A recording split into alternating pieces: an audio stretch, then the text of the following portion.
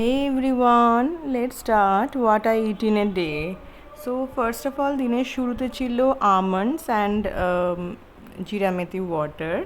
ব্রেকফাস্টে ছিল আজকে আন্ডা পাও ফর এ চেঞ্জ অ্যান্ড চা। আন্ডা পাও বলতে অমলেটটা আমি ভেতরে নিইনি, কেটে আলাদা করে পাশে নিয়েছি। দেন তার সঙ্গে চা ছিল। ওই জায়গাটা ঝাড় দাও, ওখানটা পরিষ্কার হয়নি।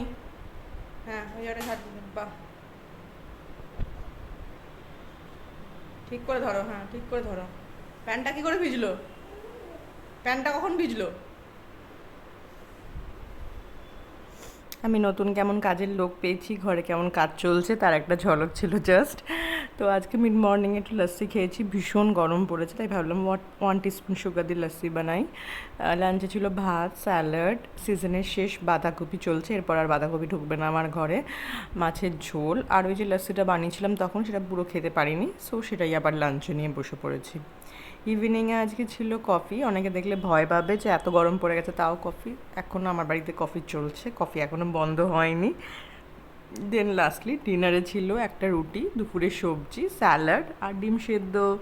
By, good night.